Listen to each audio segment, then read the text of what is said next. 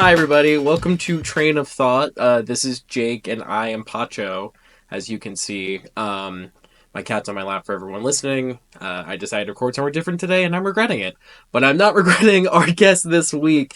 They are one of the hosts of Super Art Fight. They are a Baltimore-based, DC-originated comedian.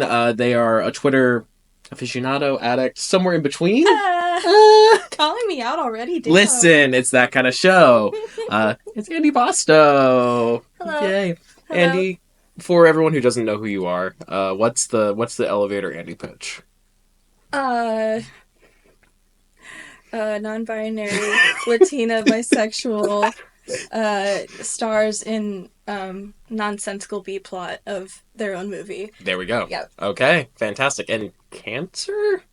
Yes. Yes, because it's like late June. June 25th? 24th. 24th. See, I didn't get to do as much research as I would have liked, but close enough. He's trying to throw me off because I know he spelunked into the depths of my social media. This is where it's fun, because I've done enough of these episodes now that the guests are catching on, and they're like, so what do you think about that? I don't know, what do you think about that?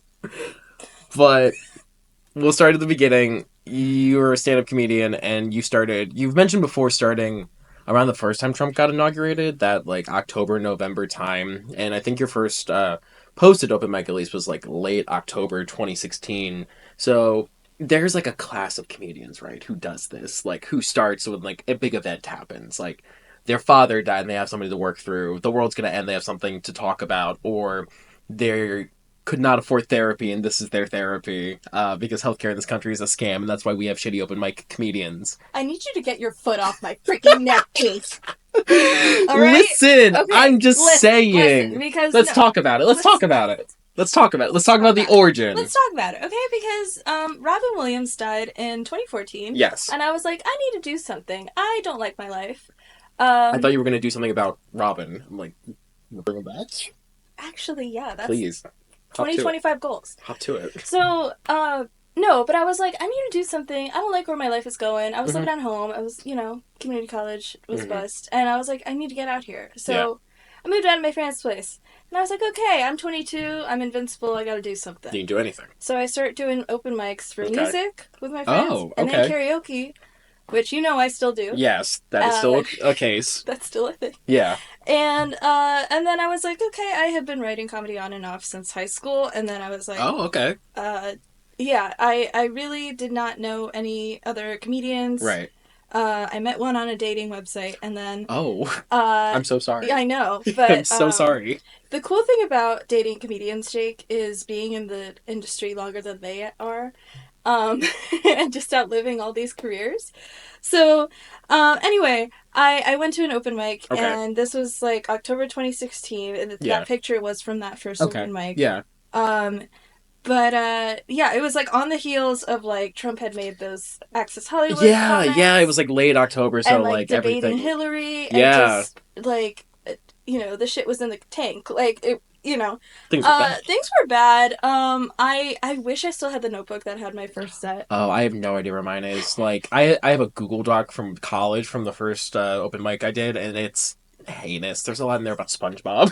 I know I had something about Brexit, and then I know my closer was comparing America to the kid that fell into Harambe's enclosure. Wow. Yeah. Timeless, yeah. So topical. And this was in the back of a Salvadorian Mexican restaurant. Okay. The back corner. Okay.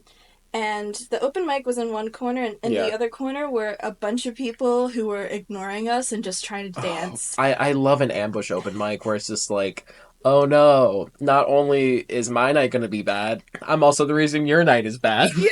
Oh, good.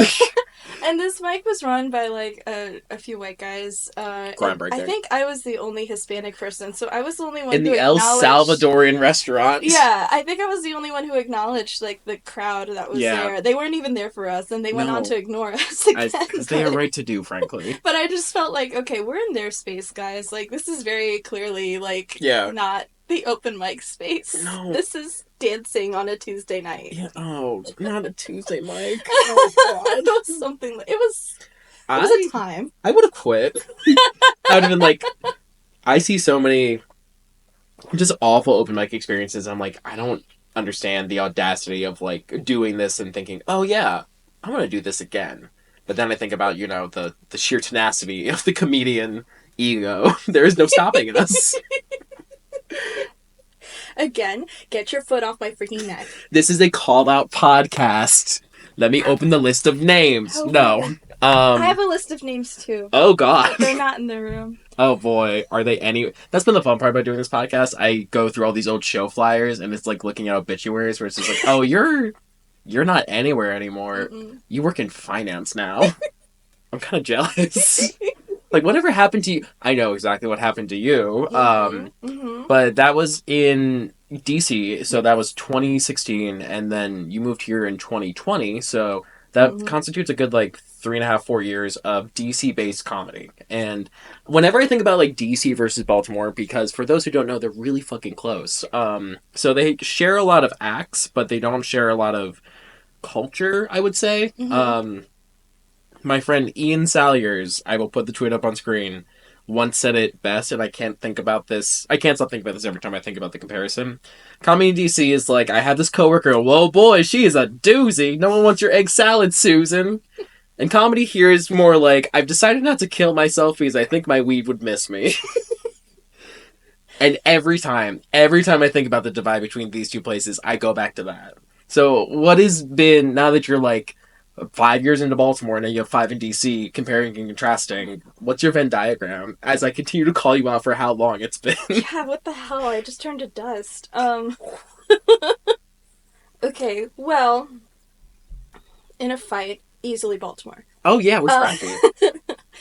but no, I love DC comedy. Yeah. When because think back in 2017, right? Heard of it. Louis C.K. had just gotten called out for swinging his microphone around without permission. In the private rooms. Yeah, and that was gross. Yeah. But the DC comedy scene, to their credit, wanted to do something about it, and there were multiple rooms that were like, "Hey, like if you see something, say something," Okay. which is very DC of them. But also, like as someone who was starting out, that was very supportive. Yeah. There was things like Women in Comedy was a group that I did a lot of shows and events with, and then Lip Service is came out of that as well. Okay. So and these were like, if it weren't for these groups and support systems, I don't think I would have stuck around in comedy. Yeah. Like you were saying, like it's so hard It's to like go to hard. these open mics. Yeah. But like, especially by yourself, Yeah, if you don't it's- have like a class or a group to go with, or like just like 4 friends, are like, we're in this now, this is our personality, we're doing this. Right. Like by yourself, it's fucking harsh out there. Yeah, especially if you're just like raw dogging it with some dude you met on Tinder or whatever. Oh gosh. Like and that wasn't ideal, but like I got there and I kept going. Yeah. You persevered. Anyway, I'm braver than the troops. So anyway, I'm grateful for that. Yeah. Oh, and I dug up a story about because Baltimore was actually my first out of town Gig. show, I think. Yeah, that's been really common, I've found. Like now booking for a long time and like booking out of town acts, they're all like, oh my god, I've never performed outside of DC before. Thank you so much for having me. And they're all really nice about it. I'm like, Yes. thank God. I cannot wait till you're not nice anymore.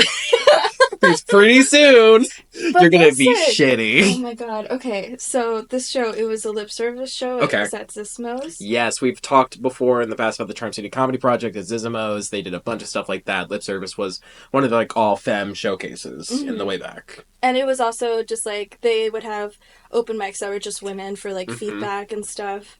So anyway, I got tapped to do that show. I was very excited, but I remember because when I started out, I didn't really like talk to people or network with people Oh, too it's much. so hard because And then I was like, wait, how do I get booked on shows? they're like, you have to be our friends. You have to be nice to us. Like what? No, I would go home. I would go in my car and go home after the open mic. I have work tomorrow. I'm Right? sorry. Yeah, no, I'm driving an hour to DC every night. That's the other Like, thing. Yeah. But anyway, Baltimore. Nikki Fuchs booked me. Okay. She has since gone to LA. Yes. But at the time, I'm like a shy little thing. I'm standing in the back of the room, and I remember this woman was performing, and this guy in the back, Zismos, this guy in the back. This room would is like not this big. Shut up. Yeah. Yeah. Very narrow, long room. This guy in the back would not shut up. Nikki Fuchs went up to him, and she's like 5 foot something. Mm-hmm. She like taps him on the shoulder. She like gets up on her tippy toes in her Doc Martens and hisses in his ear to shut the fuck up. Oh my god. And he did. And I just watched that happen, and I was so in awe, and I was like, okay, Baltimore has it. Like, I You got need the that juice. energy. Yeah, I want to be like that when I grow up. Mm-hmm. And then I went on to inherit her and Becca Lundberg's charity show, Okay. which was like my first like Production. big hosting Yeah. thing. Yeah. And that was Jokes That Give Back at Okay, yeah, the yeah. DC Draft House Theater. Yes, yes. Is that the show that you reached out to Stormy Daniels to be a part of? How did that end up going? Because, like, I saw, like, the conversation back and forth. She's like, email me, I got this. Because I cannot imagine, like, I feel bad booking somebody from Philly and, like, I can give you, like, $80 for a travel budget and, like, a place to stay. So, like, an actual fucking celebrity, Yeah. like, reaching out to them to book them. I mean, that was on Twitter, so Yeah, that was, you know, not real. kind of for show. Yeah, Which, well, which yeah. nice, you know, it still, like, was, and at the time for me, like, really big. Oh, yeah, totally. But also kind of changed the way people in DC perceived me, because people who had previously ignored my DMs were suddenly, like, asking me to, like, be in their show. Oh, it's attention. It was very that, yeah. Yeah. And then I was just like, oh, this is how the industry works. All right, we're all just riding each other's coat. I mean, pretty much, yeah. Like, famously, we're all just trying to... Some would call it lifting each other up. Yeah. I wouldn't call it that. I'd call it something much less nice. Right, But... yeah. I mean, there is something to be said for having community, and, obviously I was... If that show had happened, I would have booked all my friends. Exactly. Like, I mean, I'm not above this. No. But, you know, just at the time, I was just like... It was really like a... Oh, I just learned something from this. Exactly. Yeah, but, you know, unfortunately, the end of that story is kind of boring, because it didn't work out. It fell apart, logistically, yeah. Yeah, that's the way it goes. It was about the theater seats. Really? Oh, yeah. Okay. Yeah, because the bookers at the theater, you know, they caught one of this too, and they were, like, really excited. They were gonna do everything to help us put it together. Yeah, because it's a huge name. Yeah, but ultimately it was her team that turned it down. Yeah, yeah. I mean, that's the way it goes. And also, like, now, however long down the line since it's been, like, I don't know what... Actually, I do know what Stormy Daniels is up to. She's hosting a gay reality dating show called For the Love of Dilfs. Some of us may have applied. We don't know who. So, speaking of Twitter, so you moved to Baltimore in, like, 2020, and I kind of, like, known you. I saw you, I think, for the first time at, like, the Magoobies New Comedian competition in, like, 2019. I was like, oh, thank God, there's other queer comics. I thought it was just, like, the three of us, and I only like two of us, so, geez. What do we do? And I'm like, oh, thank God, not only are they, like, queer, but they're also funny. And then... That was like 2019. I'm just going by COVID time. So, but then we connected online, and because all we did while we were inside was tweet. Yes. And I've personally taken a step back from Twitter in like the last few months, just for my own mental health. Heard. But I know you have a history on there, and it's worked because you have gotten a ton of attention. You got fucking Stormy Daniels' attention, and before I go into how things are there now, I want to take a second and go through how things were and pull out some of my favorites I found. Oh, no. Oh, yes. I thought you were going to bring Stormy Daniels out from the bathroom. Stormy? I'm worried. She's not responding. I found some, like, real deep cut classics that I want to go through and see on, like, a scale of, like, 1 to banger, how would you rate these? And you're not a part of this. I'm the voice of a generation. So, like, anything you pull up is going to be an underrated hit. Floors are just shelves for your feet. Yeah. 1 to banger?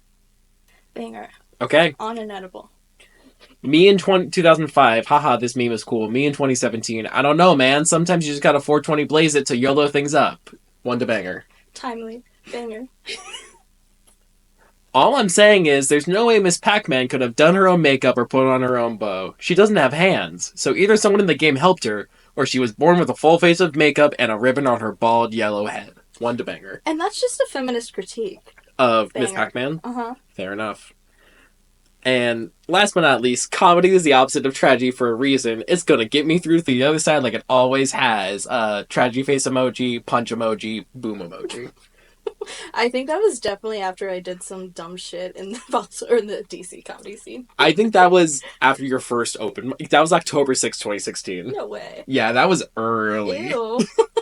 I love the earnestness that old, like, new comedians treat it with, where it's just like, this is gonna be my thing, and I'm gonna make a difference, and I'm gonna get through the other side, and this is my reason. And now that we're, like, old as fuck, we're just like, I I used to look like you.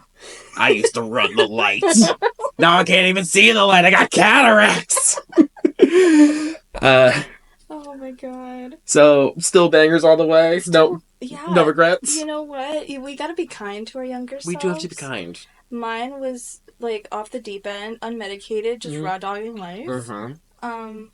I still believe in her because damn it, she tried. She tried, and she got me here. Like she got you here, and Twitter's been really good to you, and you're still actively on it and doing well. Well, not as well as things used to be. To be fair, like things, the website's broken. We all know. Yeah, and I'm losing followers every day. Yeah, because so, they're all getting robots. deleted or going away. But I would like to think you're part of the crew too that I have found myself a part of because of just that one fucking tweet where it's just like, oh, you're scrolling through Instagram and you find like a compilation or like a carousel of posts, and then you're just suddenly in there. It's like a jump scare. It's like, wow, I got nothing out of this, huh?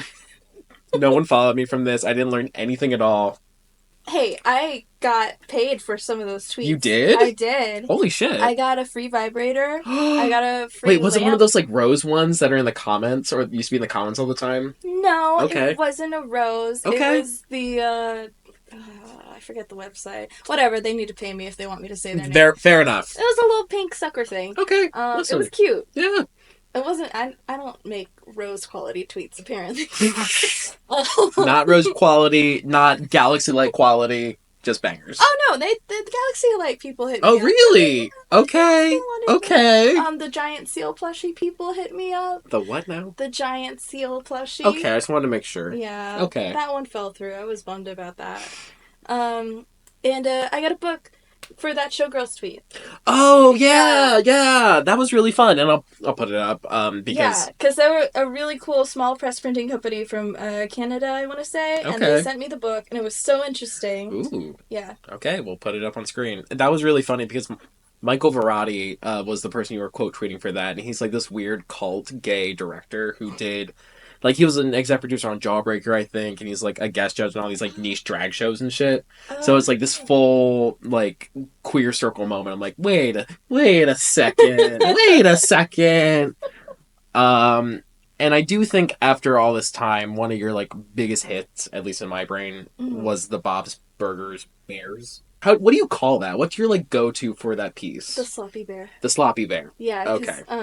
The Thanksgiving episode where Bob goes in and the deli guy is hitting on him. Yes. And that is the strong evidence for Bob being bisexual. I'm aware. Yes. I am deeply. Well, I like explaining it to the people at Valid. home. You know what? So there's a show called Bob's Burgers, right? Yeah, on Fox Sundays. Yes. And Hulu. If you guys are hiring, no. But anyway, yeah. And so, yeah, he calls him the Sloppy Bear. Yeah. And so, Jake, the drawing was because I made a very horny tweet. And I was just like, could you imagine if Bob and the guy from the bear were Jeremy Allen White? Yes, Jeremy Allen White. Yes. Were the same guy. And were like put together to make one even hotter guy. And then I was like, wait, because I had just gotten my iPad and the little pencil. Okay. I was like, oh, I'm a creative genius. I can do this. And so I spent that entire weekend hunched on Steve's couch, just like drawing and like trying to put this together and just like growling at him whenever he came near me. And it happened and I made it and I was like, okay, I'm just going to post it. Yeah. And initially it got like 20 likes or something. Yeah. Yeah. But then somebody shared it without crediting me. And I was just like, hey, could you please credit it? I worked really hard on that, whatever. Me all fucking weekend. Yeah. Please. And he essentially told me to fuck off. And I was like, okay. So I quote tweeted him and then I quote tweeted the drawing some more. Okay. And then it got more traction because people were like, well, what the hell, man? Like, just give them credit. Give them credit. Like, they worked so hard on it. It was really important. Yeah. They were like so horny for this. How dare you take it away from them? And, you know, and then it just kind of like just blew Snowballed up. from there. Yeah. And I really like to picture this guy who just for whatever reason decided to be an asshole and repost it without credit. Yeah. But then he sees Fox Animation repost it, He's like, giving me credit. no. Oh, Just no. beautiful. And Beautiful. people do this all the time, and I Mm-hmm. don't think they understand the difficulty of it or, like, how much it matters to creators to Mm-hmm. just be like, hey, just drop my at. Like, I don't need you to, like, repost it. I don't need you to, like, make a whole show of it. But, like, especially because half the time the things that really blow up are the things that you spent, like, 30 seconds on while kind of stoned at 1 in the morning. Oh yeah. But this is the one you worked all fucking weekend on. So it's Yeah. like, hey, actually, chop chop. And it's the same with like tweets, Yeah. that they put on those Instagram carousels, like Mm-hmm. you were saying. They don't Mm-hmm. give you credit or they Mm-mm. won't tag you, even though your handle is exactly the same on Instagram as it is on Twitter. Is it that freaking hard? Rebranding. Very important. Yeah. Yeah, and then it made it to like Fox. There are stickers that I still see in the most random places of it. And does it ever like come back up? Like, does it like show up on your feed? It's just like, hi Bob, good to see you. Yeah, Yeah, yeah. I messaged someone recently because he made it his profile picture, and I was just like, "Hey, I just want you to know that it that delights me whenever I see you commenting." that was me. Just so you know. There was someone else who edited it to make it look like Bob was smoking crack. Didn't appreciate that one. No, that's violent. Yeah, he would never do that. He's a No, family man. no, he's a heroin guy. Immediately, obviously, come Yeah, on. have some class. He's from New God. Jersey. Do Grow you up. know food service or not? Seriously. So I was looking at that in sort of conversation with the Shrek roast you produced, Ah, yes. and I've been online for a long fucking time. I've seen so many like awful pop culture mashups. Like we've both been to Ocean City. You've seen the tank tops that have like Pikachu smoking a blunt with Goku in the background. Or booty shorts with Barbie on the ass. I don't know what you're talking about. But I always respect the way you find like a unique perspective on how you like do a pop culture mashup. You know, like it's not just a Shrek trivia night. It's the Shrek roast. It's not just, what if Bob and the guy from the bear like shook hands and smiled at the camera and said 420 blaze it. Like it was that specific scene from the bear, but all done in the Bob's Burgers art style. Uh-huh. And how do you like kind of come to all the references of pop culture and like really think like, okay, I want to twist it like this. I want to like really have this spin on it in a way that feels, not like something you could find on like a boardwalk t-shirt. Mm-hmm. Would that I could crack my brain open for you, Jake. I would gladly put it on your coffee table right now. Mm-hmm. I have no idea. Because the Bob's Burgers, pure horniness, but all great Valid. art, all great Valid. art, most great art. Yeah. Driven by passion, and I got so nervous sharing that in the first place Yeah. because like I had never really shared art much before. Like Really? I had Yeah. shared some like traditional drawings, but not really Yeah. a ton of stuff. And then when that went viral, that was really weird for me because, and then after that, I was like, well, how do I follow that up? I can't. That's the thing, the pressure of just like, okay, so is this like my thing now? Yeah. Like, what do I do next? Like, am I known for this now? Like, geez. Yeah. But I don't know. I just I try to because I was thinking about this earlier. Yeah. There was a webcomic I saw once it was really beautifully illustrated, Mm-hmm. and it was about how like people are made up of like a collection of the people that they've met up, and I know this exact like, comic. and they're animals. Yeah. Yeah. They're like kind of like weird monster animals that are Yeah. like people. Yep, I too was on Tumblr.com and I had this save. A lot of the reasons why I'm like this are traced back to that one website. Let's all be frank here. I mean, yeah. Yeah. I should not have that much internet access as like a young adult. Mhm. Moral of the story is I know exactly what you're talking about because it was a really powerful piece and I think about it Yeah. all the time. I'm going to try to find it to have it up here. Sweet. Yeah. Well, so I feel like it's kind of that, Mhm. It's like I do consume a lot of media, but I try not to just be a consumer. I try to also contribute and create stuff as well. And, I'm the only person in the world with my perspective. That is true. But that doesn't mean other people can't appreciate and enjoy. So that kind of got me over my fear of posting again. So That makes a lot of sense because it's not just a content consumption and it's just like passing through. It's like being digested, warped, and changed by your perspective and your experiences on it. Mm-hmm. And you mentioned you're the only person that's you, but we are part of the same club for different reasons, to be entirely clear, of people who get their last names fucked up all the time, specifically on shows. I think Yeah. DCist called you Andie Basto. Call them out. I'm Call doing them it. out. DCist, Andie Basto. They never Yeah. can get my name right. And you know how many channels I tried to get that correct? See, that's the thing. Like, I I was get emailing, I was tweeting, because I was like, not this big publication. The one time they mentioned me by name for a women's showcase at Wingo's, and they can't even get my name right. I'm still mad. especially because it's not even like they mispronounced it. They're Yeah. like, "Oh, bring it to the stage. It's Andrew Bastu." It's like, no. Because I've gotten that. I've gotten a lot of bad pronunciations. Do you? What Is did that? I say? What did I say? I've gotten Lightyear before. Lightyear. Jake Lightyear. That's kind of cute. Yeah. So it was over the announcement at school, which was not that cute. Oh. They should have known. No. So is that your like? Because I have like that's my favorite story of like fucked up last names. Yeah. Is the DCS thing the thing you think about the most? Where it's just like, God, I wish people could do my fucking name right, or like ask, ask me how to pronounce it. No, I think of things like when comics do that stage when they do that thing where they bring you up on stage Yeah. and they're like, my very good friend Jake Lazier. Yep. And it's like, I've never met this person Who in my are you? life. Like, so I would call people out on that. Yeah. And then I would just think about it a lot because I'm Mhm. like, oh, I probably should have been nicer. But if you can make it funny while on stage, like Yeah. that's the good part. I got the laugh, Jake, but did I network? Did you win the war? Did I win the war? Here's the thing: by doing this, we're all losing the war. I'm hosting a podcast in my basement. What part of this is winning to you? See, the jokes I can make all day. It's the interpersonal relationships that I am still figuring out. Listen, I really think about a lot of comics as coworkers.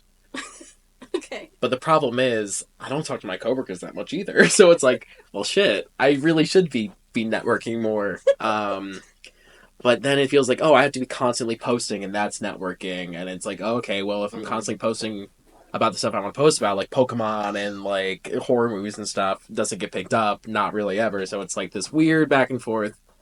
And then you just kind of like give up and do your own thing. But that's the thing, though, is like if you keep posting about what you like, then the people Eventually. who like it will find you. But those people don't have gigs. Well, those people don't have gigs to offer. But they do have valuable likes to give to your post. Valuable so likes. Don't let them slip through the cracks.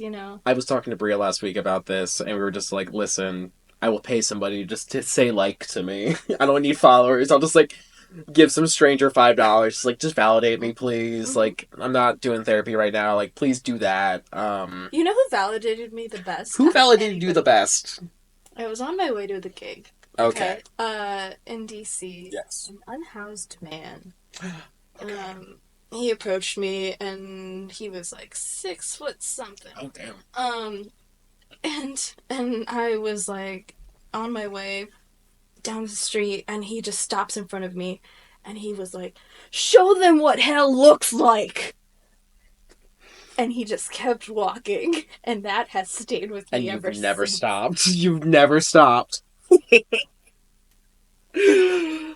Oh my god. Right? I wish I could get that. I would kill for that because I feel like the most common validation, I've found this more often. We read that show at Metro Gallery, and I was seated next to this couple who did the most validating thing I would say in comedy. They did not laugh once, but they did keep saying, "That's so funny. That's so funny. Oh my god, yes. Yes! That's so funny. That's so funny." Didn't laugh once, but just like, that's Incredible. so funny. Could you imagine an audience full of those people? Yeah. Like, Fran Drescher? Yeah. So this thing she would do for her live shows and The Nanny, they would, like, go to comedy shows, and whoever had, like, a weird laugh or whatever, like a loud laugh, they would get them to come to the live tapings and then have them... That's real. Yeah. That's really real. Right? Because, like, a real good laugh is really infectious. I'm not going to say I have invited people specifically to shows because they're good laughers, but I have put them in the front. It's just like, you know what you're here for. Yeah. And at the end of the day, it's all theater, babe. It's all theater. It's all drag. So, it is the end of February 2025 right now. We've still got 10 more months of this. So I'm trying to find, like, the silver linings and asking folks, what is something coming up this year that you're looking forward to? What's something on your, like, bucket list, like, that you're like, oh, yeah, I'm going to do this year, and I'm really excited about it. So this is going to be the thing I do this year. And if you don't have one, the thing you do this year can just be, like, surviving it. Because that's all we're trying to do. Yeah, it ended up being more of a loaded question because I was sitting there in my room, like, writing all this stuff. And just, like, what and is I'm my... just like, what? Yeah. So at the risk of sounding corny, I will read it, and I don't care. So prepared for this. He already read all my old tweets. You're so How much prepared for lower can it this. go? Okay. I want abundance, and that's Okay. manifesting, right? Okay. I want Super Art Fight to take over the world. Okay. I want to go to Japan with my partner. I want to go to a music festival with my friends. Yeah. I want to make more friends. No offense. I want to save more cats. Shut up. I want to go to O's games. Okay. I want to make more playlists. I want to read more books. I want to learn more about queer history. I want to dance at gay bars like and on no the one street is watching. at Pride. Shut the fuck up. All right? My goal is to keep living, and I will throw bricks when necessary. That's all. There we go. Thank you. There we go. Okay. You were so fucking prepared for this, because I had the day off, okay? I had a podcast before this lore drop. The amount of people that would come on that fucking show, and this was during COVID, so we were all doing our best, but there would be, like, on their cell phones, in their bed, be like, yeah, that's a real good question. Man, I don't know. Like, I really gotta think about it. And you were just like, yeah, I took notes, and I really thought about this, and here's where I'm manifesting for this year. I dug deep. You dug deep. I tried, yeah, because I had to be prepared for the You had Jake to be. Lazier podcast. For the Train of Thought podcast. Yeah, I didn't even get to the part where I called out all the creeps in the comedy scene. Well, I have my list. Come on. we're going to do that during the break, so I don't get in more trouble than I already am. But coming back from the break, we'll be talking about Super Art Fight, so please stay tuned.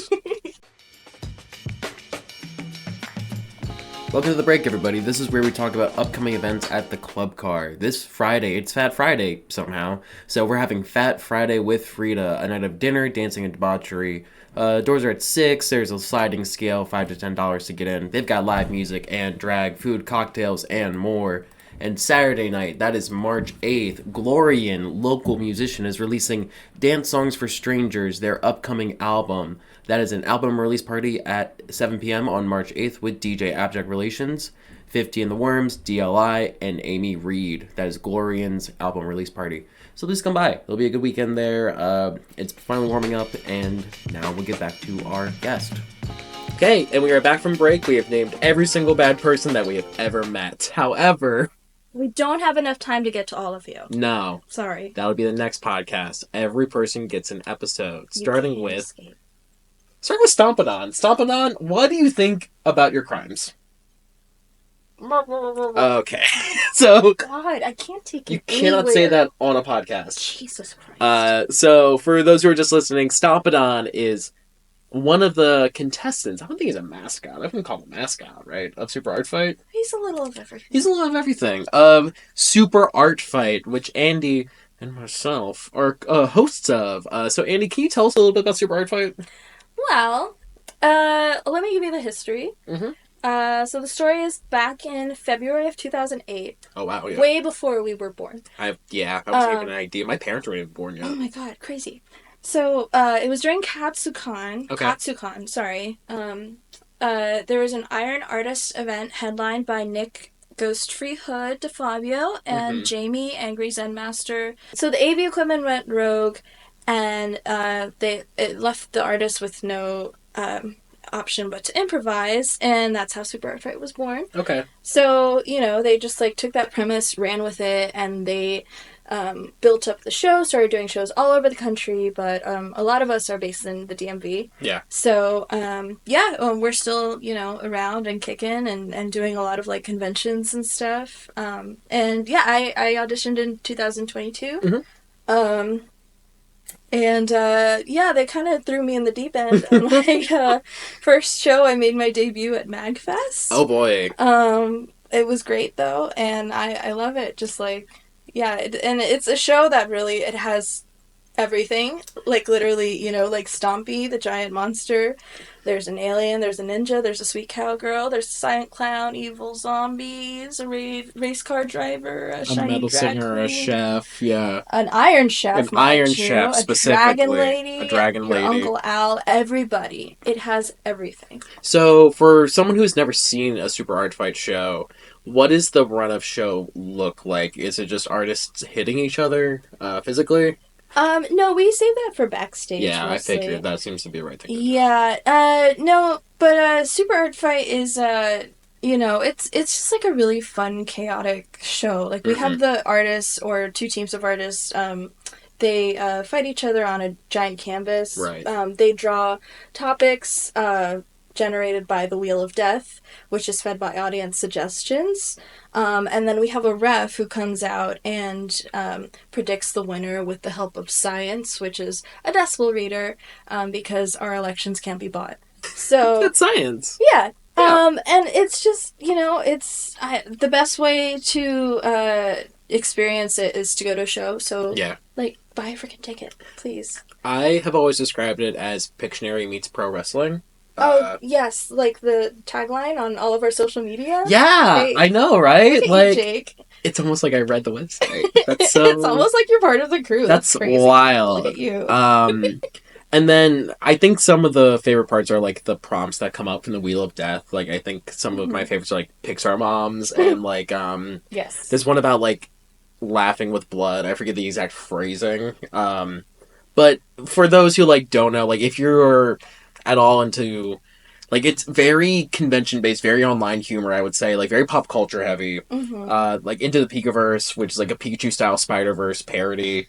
Do you have any like favorite prompts that when you see them on the Wheel of Death come up, you're like, oh man, shit, it's going to get good. I'm ready for this. Let's do it. One of my favorites is Fish Tank. Fish tank. Okay. Which is just a classic because it's like, will they draw a fish in a tank? Will they make the whole canvas a tank? Will it be a fish driving a tank? It's, Yes. Another one is like a jar of guys, That one's really fun. which is just a bunch of guys. Just a bunch of guys in a jar. Dudes. Just hanging out in their jar. Yeah. I also made a submission once and it was Shrek based and then they ended up drawing it. There you go. Which was just really validating. So I highly encourage like anybody, the twos of you who will watch or hear this podcast, to submit to the roster. My home. I know, we're right here. In my home. In front of Stompadon. I'm sorry, I had to get something in. Okay, 'cause That's fine. That's fine. That's fine. I hope 1,000 people download this podcast. Me too. Yeah. I could use the win right now.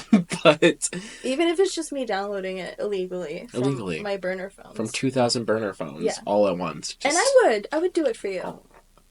So you've been a host with Super Art Fight, so that specifically means you're not one of the artists. So there's like kind of two classes of performers. There's host and artist. Mm-hmm. And I've started hosting shows with y'all as recently as last December.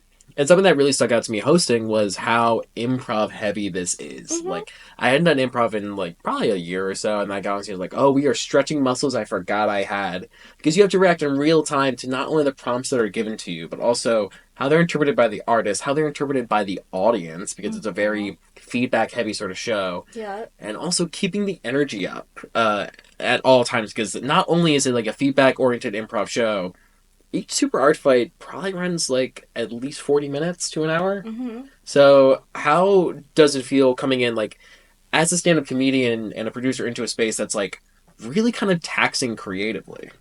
Well, I mean, I did enter it just kind of thinking like, okay, this is going to be a different part of my brain. Yeah, exactly. And I have done some improv, but it was all like beginner level improv. So all I really knew was like, I do have experience hosting. I'm a comedian. I feel like I could make it happen. Yeah. And I'll just like give it a shot. I'll show up for the auditions and we'll see what happens. Yeah. But then actually doing the shows, you're right, it is a lot. You have to keep up the energy and stuff. But, I mean, you do that for when you host the comedy Exactly, shows. yeah. Like, yeah, and then sometimes you have to reset the room. Exactly. If, like, someone bombs. You bring up the energy again, keep out of the time. Yeah. Like, it's a lot of logistical planning and thinking. Yeah, like, making sure you get your Red Bull in before you go to the gig. Yes.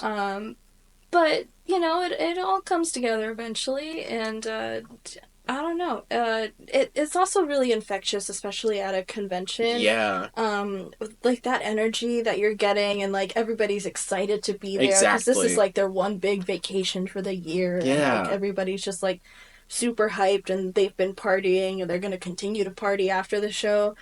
And this is neither here nor there, but when I was trying to find my voice in comedy, yeah. um, because some comedians will rehearse like even the pauses in their Hmm. speech, like the little like uh inflections or Yeah, noises or whatever, yeah. just any tiny little thing. um so I was always like, okay, what how do I want to sound like on stage? Right. And I thought the most entertaining that I've been is if I'm like talking to people at a party. Exactly. So Conversationally. Yeah, yeah, just yeah. trying to be like engaging and like Yeah. interesting, and just trying to be present. Hmm. So I was like, okay, let me try to do that. Let me keep the party going. What do I have to do? What do I have to say to keep the Ball in the air. energy Yeah, yeah, going? yeah. Yeah. Yeah. So yeah. And you mentioned conventions too, because Super Art Fight, they do like I would say local shows, like their home base is Autobar. Mm-hmm. Like they do a lot of shows throughout the DMV. They were at Black Cat a month ago or so, but they also run the convention route. And convention shows have such a different energy than your standard bar show. So, what has it been like, sort of like entering this convention world? Because I've not been to a ton of conventions. I've started to go to more with Super Art Fight, and I'm like, oh, I don't have to worry about like drunks yelling at me from the audience. I have to worry about like a teenager yelling at me because I got the Yu-Gi-Oh monster reference wrong. It's a whole new world out Yeah, there. Yeah, it's exactly. lovely. They're putting us up in hotels. That's the other Like, thing. They treat you nice in nice. conventions. You get a Yeah. special badge. I was like, I can get used to this. Okay. Oh my god, no, it's been like night and day because Yeah.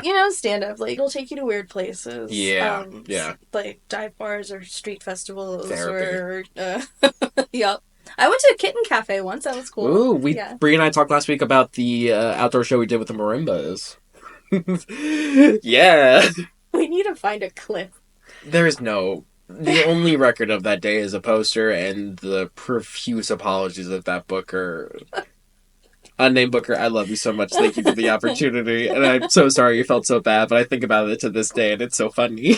If anything, you helped us make a cherished memory. Exactly. And that's more valuable than any drink ticket. That's just fueling us more. That is Exactly. fueling our craft. Validation. But yeah, conventions treat you so nice. They do. They are so kind, and Mm-hmm. it's like a more engaged audience. Yeah. Like you were saying, you don't. I mean, there are drunks there, but they're having fun at least, Yeah. and they're Yeah. not like disappointed that you're there on dancing night. Um, Exactly. Exactly. yeah.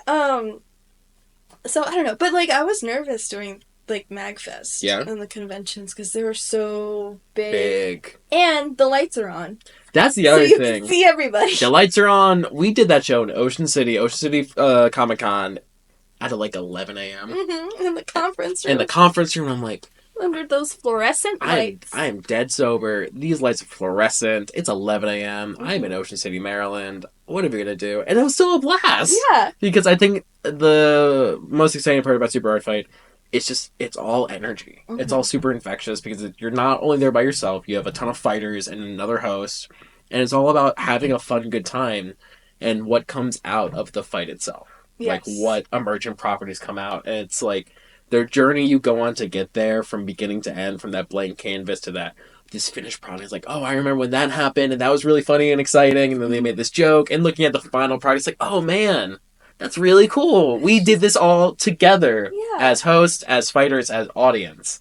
And I think that's what's always stood out to me as like a really cool part about the experience because improv is very uh, intangible. It comes and goes. You remember like a good bit, but you don't see a product. Stand up is very tangible in ways that you write a lot of stuff down, you do it over and over, and you rehearse, And but then you throw out your notebook. and then you just drive home crying. Drive home crying, and specifically, just here to cry before my set. Okay. I had to show the graffiti because this is art, and it's super, where and I it makes did you want to that? fight me You know where I did that? at the pinch. At the pinch. In the bathroom door of the pinch. Is the Pinch still around? No, it's not. We all have like a lost venue that we're all mourning. So when you see a comedian, we're fighting battles you don't even know. You didn't find the video of me dancing on the speaker while they sprayed champagne on me? I'm surprised. No, but I did want to ask before we get to the last calls about Super Art Fight and how you plug it. I did want to ask if this is still a joke you stand by from like one to bangers. Are Orange You Glad We're Bananas? Is that something that you think is still a banger? That was a Godfather reference. Like your godfather told you that joke? What do you mean? You wouldn't get it, Jake. It's cinema. I wouldn't get it. I wouldn't get it. The only cinema I watch is 3-hour-long YouTube documentaries. So before we leave Super Art Fight, I'm walking down the street. I'm walking down Charles, passing out a bar, and you're out there, and I'm like, what's going on in this establishment this evening? How would you get me into Super Art Fight? What's like the pitch? What's the 30-second, like, you gotta come see this. This is the coolest show on earth. Do you have a moment to hear about how I was saved by my friend Super Artfit? You know what? I tried Jesus, and the guy's hot, but he's not for me. So what's Super Art Fight?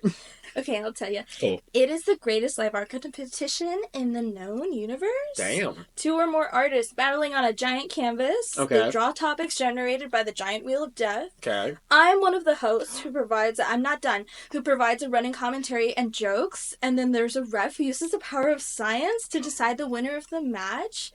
And don't you want to buy a ticket? Don't you want to buy a ticket right now? I do want to buy a ticket right now. Give me your money. That's the fight part. Welcome to Baltimore. Welcome to Baltimore, everybody. That's how barking goes. I gotta bring that joke up about barking, where some man came like this close to my face and started asking me about veganism, and I'm like, oh, we're in Hamden now. Wait, what if that was the recruiter for that cult you keep telling me about? What if it was the man that got away? If you're out there, sir, I do want to hear about that root cellar. But we are coming towards the end of our time together. What would you like to say to our lovely captive audience? What do you want to plug? What do you want people to know about you, yourself, Super Art Fight, etc.? Super Art Fight has a workshop coming up. Phantom Comics presents cartooning on the fly. Yep, that's this Saturday at 6:30 at 2010 P Street, Northwest Washington, D.C. This Saturday, March 1st? Mm-hmm, March 1st. When is this being posted? Next Wednesday. Oh my god, okay. Well, you can edit that out. Yep, sorry guys. So that will have been an incredible event that you missed out on. You missed out on How so dare hard. You? Okay, well, we're going to fix that. Get your tickets to Furthermore, the furry convention at the Hilton Dulles. And that's the Hilton Washington Dulles Airport Hotel. That's Friday, March 7th at 7 p.m. in panel 2. It'll be me and Jake hosting. Boom, boom, boom. And that's the first show. And then if you stick around until 11 p.m., we are doing Unleashed, it's my first Unleashed show. My first Unleashed anything. Yep. Yeah. And Unleashed is the Super Art Fight where we're allowed to draw dicks. So. Nothing to do with furries. It probably was something to do with furries. There's going to be a lot to do with furries. It's Furthermore. Yeah. We're going to do our sensitivity training because frankly we need it. Yeah, I don't want to do any microaggressions. I gotta work on that pun too. That's got nothing. There's no flow to it. That's a good one. Yeah, you gotta. Yeah, we'll work on it. Yeah. So that's March 7th. Yeah, in Dulles. Zenkai Con in Lancaster, PA. That's March 20th to 23rd. Hella. I'm not gonna be at that one, so me neither. You'll but find details on your own. Yeah, okay? superartfight.com. Figure it out. Yeah, superartfight.com. Okay, and we're also doing Awesome Con April 4th through 6th. I'm not on that one either, but I am. What? Oh, wow, look at her. Okay, must be nice. Okay. Wow. And on that note, if you want to find Andie before they kill me live on their Twitter, where can you find your social media? It's at Andie is online. That's ANDIEISONLINE. I was the spelling bee champion, Jake. Really? How dare you? Okay, Keila. You did not do your research. I did not. That's the one thing I didn't do, research. Oh my god. And that's everywhere, Twitter, Instagram. Everywhere, every time. Every single way.